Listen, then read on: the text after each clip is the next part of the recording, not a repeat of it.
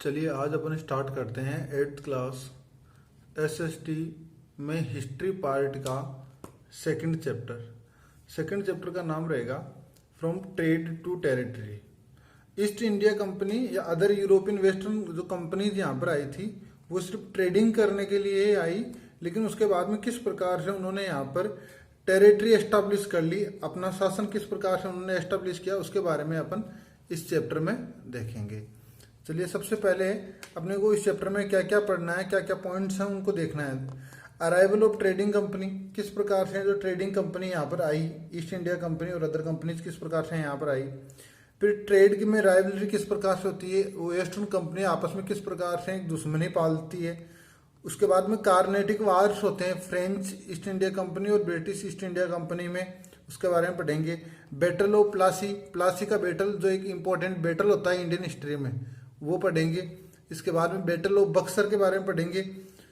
इसके बाद में हो गया annexation of the Mysore and Marathas और मैसूर का ब्रिटिश ईस्ट इंडिया कंपनी के एम्पायर में एनेक्सेशन हो जाना, मिल जाना, उसके बारे में अपन पढ़ेंगे।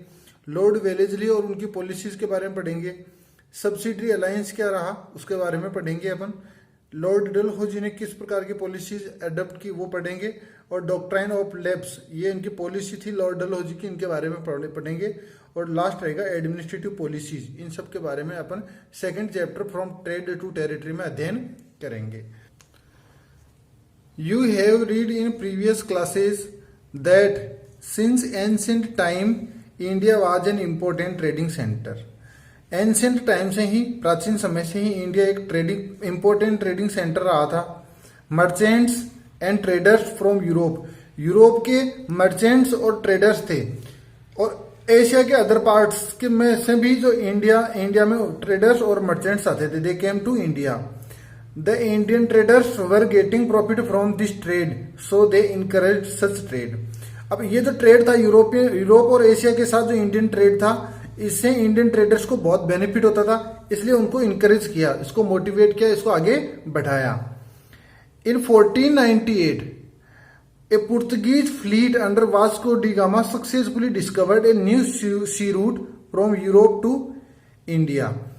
अब 1498 में एक इंपॉर्टेंट इवेंट होता है जिसमें एक पुर्तगाल का रहने वाला एक फ्लीट था। फ्लीट का मतलब होता है एक जो शिप आता है उसमें एक ग्रुप आता है, तो एक पुर्तगीज फ्लीट था जिसका कैप्टन जो उसका लीडर था वास्को डी गामा के नाम से। They successfully discovered a new sea route, इन्होंने एक नया सी रूट बनाया, एक समुद्री रास्ता खोजा यूरोप से लेकर इंडिया के बीच का।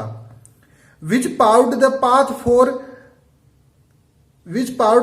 For direct Indo European commerce, और इस सी रूट के कारण से डायरेक्टली इंडिया और यूरोप के बीच में कॉमर्स, ट्रेडिंग, व्यापार होना शुरू हो गया।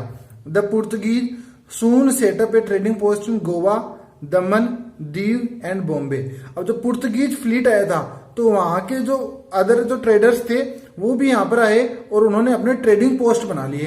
अब उन्होंने ट्रेडिंग पोस्ट कहाँ पर बनाए in the initial stage? Goa में, दमन एंड दीव में, बॉम्बे में। तो इन 3-4 जगह पर उन्होंने अपने ट्रेडिंग सेंटर बनाए, गोवा उसका सेंटर रहेगा। आफ्टर देयर कन्क्वेस्ट इन गोवा, जब उन्होंने गोवा को जीत लिया, गोवा में जब अपने ट्रेडिंग सेंटर बनाकर उसको जीत लिया, अपने अधीन कर लिया, the Portuguese instituted the Goa inquisition. उसके बाद में जो पुर्तगीज जो आए थे, पुर्तगीज ने गोवा इनक्विजिशन का इंस्टीट्यूट किया।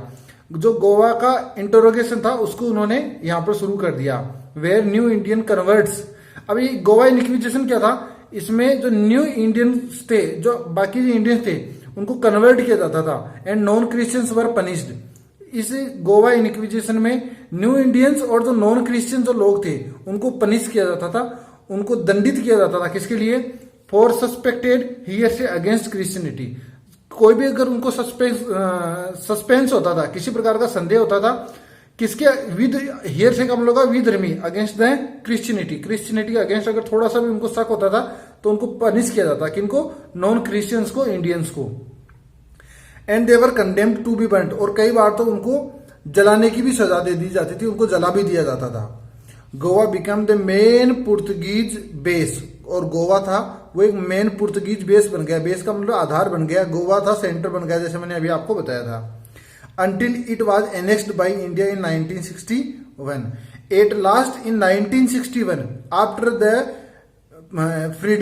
फ्रीडम स्ट्रगल कंप्लीट होने के बाद में जब इंडिया को फ्रीडम मिल जाता 1947, उसके भी काफी समय बाद में 1961 में गोवा को इंडिया में एनेक्स किया जाता है, मिलाया जाता है। मतलब लंबे समय तक जो पुर्तगीज थे उनके लिए गोवा एक बेस बनकर रहा, आधार बनकर रहा। The next arrival were the Dutch. अब इसके बाद में जो और जो ब्रिटिश पावर्स यहाँ पर आए उनमें थे डच इंपोर्टेंट थे पुर्तगीज के बाद में, with their main base in Ceylon. अब सेलोन का मतलब श्रीलंका का जो पार्ट उसको सेलोन बोलते थे। तो नेक्स्ट जो अराइवल था पुर्तगीज के बाद में वो था डच लोगों का यहाँ पर आना वेस्टर्न कंट्रीज में, और वो भी कहाँ पर आए, सेलोन में उन्होंने अपना बेस बनाया। जैसे पुर्तगीज ने गोवा में बनाया उसी प्रकार से डच थे उन्होंने श्रीलंका में अपना बेस बनाया। They established ports in Malabar, उन्होंने अपने पोर्ट अपने बंदरगाह बनाए, कहां पर बनाए, मालाबार एरिया में। However their expansion into India was halted, हालांकि उनका जो एक्सपेंशन वो एक्सपेंड करना चाह रहे थे अपने टेरिटरी को इंडिया में, वो उस पर रुकावट आ गई। किसके बाद में, after their defeat in the battle of Colachel by kingdom of Travancore. Kingdom of Travancore के साथ उनका एक बैटल होता है कोलचेल का, इसके बाद में इनका इंडिया में एक्सपेंशन रुक जाता है। उसके बाद में वो किसी प्रकार का एक्सपेंशन नहीं कर पाते हैं Dutch. During the Travancore Dutch war, अब जो ट्रावनकोर डच वार होता है उसमें डिफीट किसकी होती है, डच की होती है। जीते कौन है, ट्रावनकोर के किंग जीत जाते हैं। इसके कारण से डच एक्सपेंशन आता है और उसमें बाधा आ जाती है, रुकावट आ जाती है। The Dutch never recovered from this defeat, और इस डिफीट से डच थे वो कभी भी रिकवर नहीं है वापस, उनमें वो कभी भी उन्होंने यहाँ पर एक्सपेंशन का कोशिश नहीं की। And no longer posed a large colonial threat to India, उसके बाद में उन्होंने किसी प्रकार का औपनिवेशिक खतरा इंडिया के सामने खड़ा नहीं किया। The numerous trading companies were coming for buying goods such as spices, cotton, silk and indigo. ये कुछ इंपॉर्टेंट गुड्स थे जो कई सारी कंपनियां, वेस्टर्न कंट्रीज की कई सारी कंपनियां थी वो यहाँ पर खरीदने के लिए आती थी, वो आ रही थी।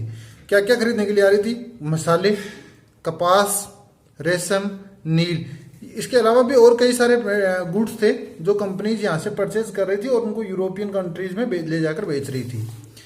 All these company wanted to buy these goods at low prices, और ये सभी कंपनियां क्या चाह रही थी कि गुड्स को हम लो प्राइस पर खरीदें इन इंडिया, इंडिया में उसको लो प्राइस में खरीदें, and sell them at a very high price, और उसको एक हाई प्राइस पर उसको बेचने का काम हम करें। As they all were buying from India, क्योंकि वो पूरे जो कंपनियां थी, जितनी भी कंपनियां थी वेस्टर्न कंपनीज, वो इंडिया से ही सबको परचेज कर रही थी। So their profit and began to shrink. अब क्योंकि वो सब इंडिया से परचेज कर रही थी और सभी ले जाकर यूरोपियन मार्केट में बेच रही थी, इसलिए उनका जो प्रॉफिट था, जो प्रॉफिट वो कमा रहे थे, इट बिगेन टू श्रिंक, वह कम होना शुरू हो गया, वो सिकुड़ना शुरू हो गया। This lead to rivalry among them, इसके कारण से उनमें आपसी दुश्मनी हो गई, दुश्मनी पैदा हो गई इन कंपटीशन के कारण से। The internal conflicts among the Indian kingdoms gave opportunities to European traders to gradually establish political influence and appropriate lands. अब इंटरनल कॉन्फ्लिक्ट, जो इंडियन किंगडम्स थे, इंडिया के जो यहाँ के प्रोविंशियल रूलर्स थे, यहाँ की जो लोकल जो एस्टेट्स थे, उनके जो रूलर थे उनमें आपस में इंटरनली कॉन्फ्लिक्ट हो रहे थे, विवाद हो रहे थे। It gave opportunity to European traders, इसके कारण से यूरोपियन ट्रेडर्स, यूरोपियन जो कंपनीज थी, उनको एक अपॉर्चुनिटी मिल गई to gradually establish their political influence, अपना पॉलिटिकल इन्फ्लुएंस धीरे धीरे यहाँ पर एस्टेब्लिश करना, वो करने की अपॉर्चुनिटी मिल गई। एंड दे अप्रोप्रिएट लैंड्स, और अप्रोप्रिएट लैंड्स उनको मिलने की जो अपॉर्चुनिटी थी वो मिल गई। फॉलोइंग द डच, सबसे पहले डच की बात करते हैं, उसके बाद में the British who set up in the west coast port of Surat in 1619। Dutch के बाद में जो ब्रिटिशों की ईस्ट इंडिया कंपनी यहाँ पर आती है, जिसने वेस्ट कोस्ट में जो सूरत है, वेस्टर्न कोस्ट पर है सूरत है गुजरात में है, और गुजरात वेस्टर्न जो है अरेबियन सी है उसके कोस्ट के ऊपर सिचुएटेड है। इन 1619 उन्होंने वहां पर भी एक ट्रेडिंग हब बना लिया। And the French both establish trading outpost in India. और फ्रेंच ने, ब्रिटिशों ने, डच ने, इन सभी ने अपने आउटपोस्ट को यहाँ पर एस्टेब्लिश कर लिया। Although these continental European powers controlled various coastal regions of southern and eastern India during the ensuing century. हालांकि जो ये यूरोपियन पावर्स आई थी, डच, फ्रेंच, ब्रिटिश, इन सभी ने वेरियस कोस्टल रीजन थे, साउदर्न कोस्टल रीजन एरिया और ईस्टर्न कोस्टल जो reason थे उनको उन्होंने कंट्रोल कर लिया था जो उस सेंचुरी के समय। They eventually lost all their territories in India to the British. लेकिन बाकी सभी डच थे, चाहे वो फ्रेंच थे या पुर्तगीज थे, उन्होंने ज्यादातर ने अपनी जो टेरिटरीज थी वो खो दी। और किसको खो दी? ब्रिटिशर्स को। मतलब बाकी सभी जो कंपनीज थी, बाकी सभी जो कंट्रीज थी, उनके जो टेरिटरीज थी वो सभी हार गए और सिर्फ ब्रिटिशर्स ही यहाँ पर बचे। अब कुछ एक्सेप्शन रहते हैं, कुछ अपवाद रहते हैं। Britishers, major part of the India was under the British control. Some French outpost of in Pondicherry. अब पौंडीचेरी में थी वो फ्रेंचों की आउटपोस्ट थी, मतलब सिर्फ एक ही जगह बचे थे फ्रेंच पौंडीचेरी में, एंड चंद्रनगर, और चंद्रनगर में भी ये थे, सिर्फ दो ही जगह पर थे। And Portuguese colonies in Goa and Daman and Diu. और तो दोनों की दो दो जगह बची, फ्रेंच की पौंडीचेरी और चंद्रनगर में, और पुर्तगीज की Goa and Daman and Diu में। तो इन दो दो जगह बची, गोवा में, दमन एंड दीव, ये दो जगह इनकी पुर्तगीज की रही और फ्रेंच की रही पौंडीचेरी और चंद्रनगर में। तो इस प्रकार से ज्यादातर जो मेजर पार्ट था वो ब्रिटिशों के अंडर में आ जाता है। नेक्स्ट है अपना arrival of the British east India company. अब ब्रिटिश ईस्ट इंडिया कंपनी थी जो सबसे इंपॉर्टेंट पावर बन गई थी, उसके बारे में अपन पढ़ते हैं। ईस्ट इंडिया कंपनी जो ब्रिटिशों की थी वो किस प्रकार से यहाँ पर उन्होंने अपने पैर जमाए। Queen Elizabeth first of England, England की एक रानी थी जिसका नाम था Elizabeth first. She granted a formal royal charter to the London merchants trading to East Indies. उन्होंने जो ईस्ट इंडिया कंपनी थी जिसका नाम था London merchants trading the East Indies, उसको रॉयल चार्टर, उसको एक परमिशन देने का काम किया। किसने? क्वीन एलिजाबेथ फर्स्ट ने। Hoping to break the Dutch monopoly of the spice trade in what is now Indonesia. अब जो डचों की मोनोपोली थी, जो डच कंपनीज थी, उनका एकाधिकार था जो यूरोपियन मार्केट थे उसमें स्पाइसेस का एकाधिकार खत्म करने के लिए एलिजाबेथ फर्स्ट ने ईस्ट इंडिया कंपनी को एक परमिशन दे दी इसको ब्रेक करने के लिए, इस मोनोपोली को तोड़ने के लिए। During its first century of operation, और जब ब्रिटिश ईस्ट इंडिया कंपनी जब यहाँ पर आई तो जो फर्स्ट सेंचुरी थी, फर्स्ट 100 ईयर्स थे, फ्रॉम 1600 टू 1700 तक का जो पीरियड था, the focus of company was trade. उसका मेजर जो फोकस रहा वो सिर्फ ट्रेड पर ही रहा, not the building of an empire in India. तो उन्होंने फर्स्ट 100 ईयर्स तक सिर्फ ट्रेडिंग का काम किया, किसी भी प्रकार का यहाँ पर एम्पायर एस्टैब्लिश करने के उन्होंने एफर्ट्स नहीं किए। English traders frequently engage in hostilities with their Dutch and Portuguese counter parts in Indian ocean. अब जो इंग्लिशों के जो ट्रेडर्स थे, इंग्लिशों के जो यहाँ पर व्यापारी आए थे, जो कंपनी थी ईस्ट इंडिया कंपनी, वो कई बार एक हॉस्टिलिटीज में आ जाते थे, कई बार वो उनमें आपस में एक विरोध हो जाता था। किसके साथ में? कभी डच के साथ में तो कभी पुर्तगीज कंपनीज के साथ में। इंडियन ओशियन में काउंटर पार्ट रहेंगे, इनके जो विरोधी रहेंगे, उनके समकक्ष रहेंगे उनके लिए, उनके सामने। The company achieved a major victory over Portuguese in battle of Swally in 1612 है। द कंपनी मतलब ईस्ट इंडिया कंपनी, जो ब्रिटिश ईस्ट इंडिया कंपनी थी, उन्होंने एक मेजर विक्ट्री हासिल की। किसके ऊपर? पुर्तगीज पर। कब? एक बैटल था, बैटल ऑफ स्वेली, और कब होता है? 1612 में, एट सुवेली इन सूरत। सूरत की सुवेली नाम की जगह थी, वहां पर ये बैटल होता है। The company decided to explore the feasibility of gaining a territorial foothold in mainland India.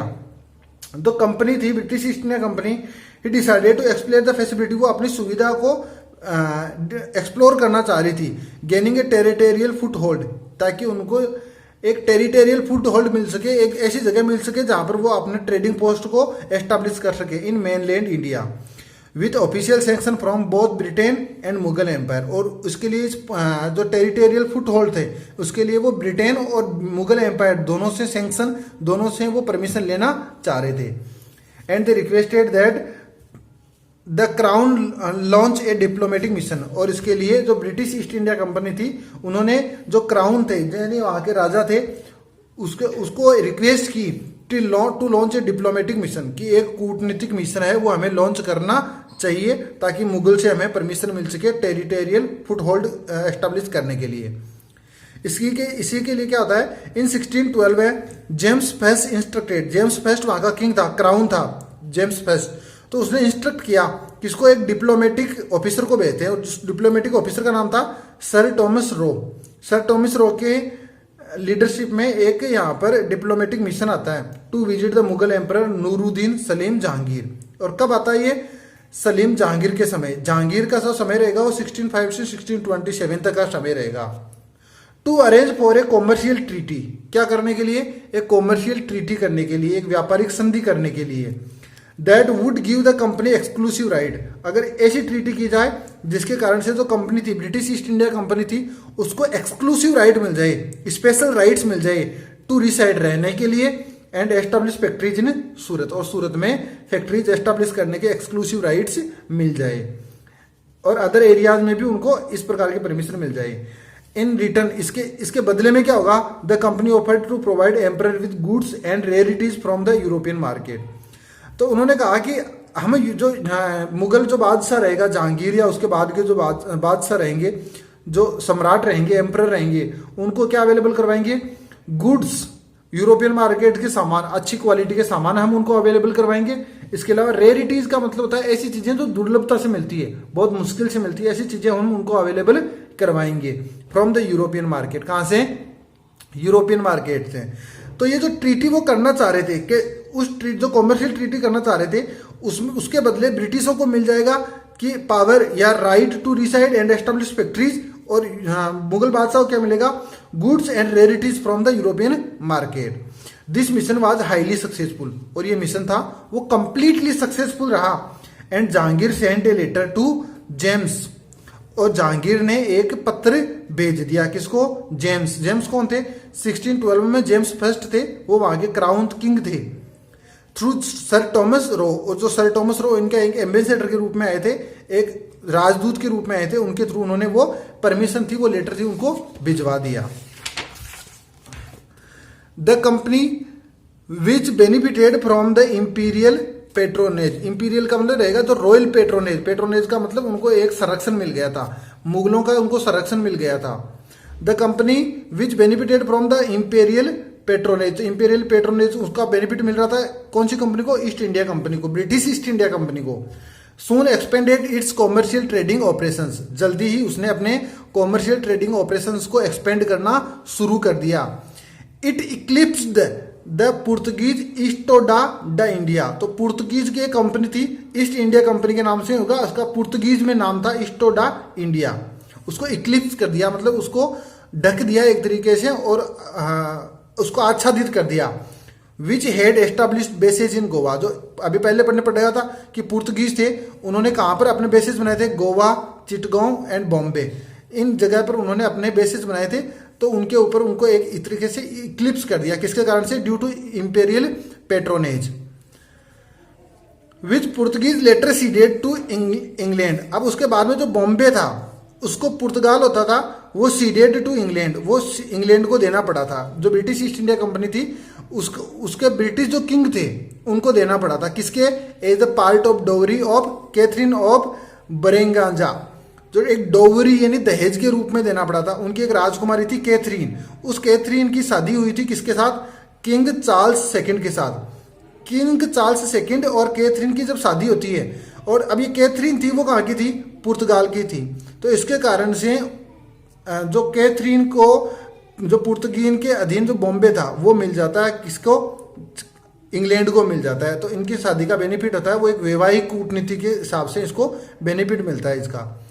The East India company also launched a joint attack with the Dutch United East India company, तो Dutch United East India company के साथ एक joint attack करते हैं on Portuguese, किसके ऊपर, Portuguese पर, and Dutch ships off the coast of China, जो चाइना के जो कोस्ट थे, जो समुद्र तट थे, उसके पास में भी पुर्तगीज और स्पेनिश शिप्स के ऊपर उन्होंने अटैक करना शुरू कर दिया।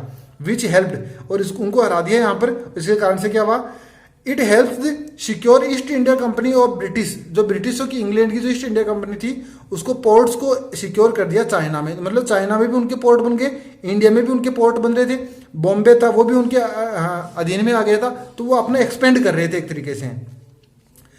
British east India company was fiercely competitive with the Dutch and French throughout the 17th and 18th century. जो ब्रिटिश ईस्ट इंडिया कंपनी थी वो डचों के साथ और फ्रेंच के साथ कंप्लीटली क्या कर रहे थे, कॉम्पिटिटिव बने हुए थे।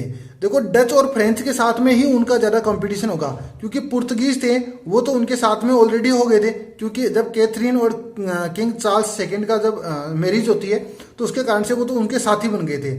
लेकिन उनके जो काउंटर पार्ट्स थे डच और फ्रेंच, उनके साथ में उनका फायरेसली कंपटीशन चल रहा था, एक भयानक कंपटीशन चल रहा था।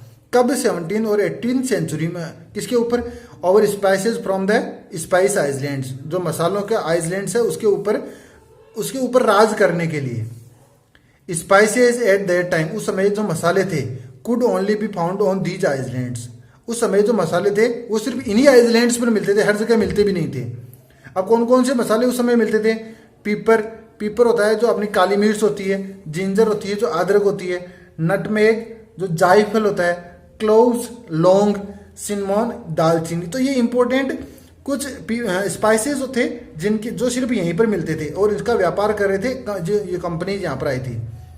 दे could bring profit as high as 400% from one voyage, voyage का मतलब समुद्री यात्रा, एक समुद्री यात्रा में उनको 400% से भी ज्यादा उनको बेनिफिट होता था इससे।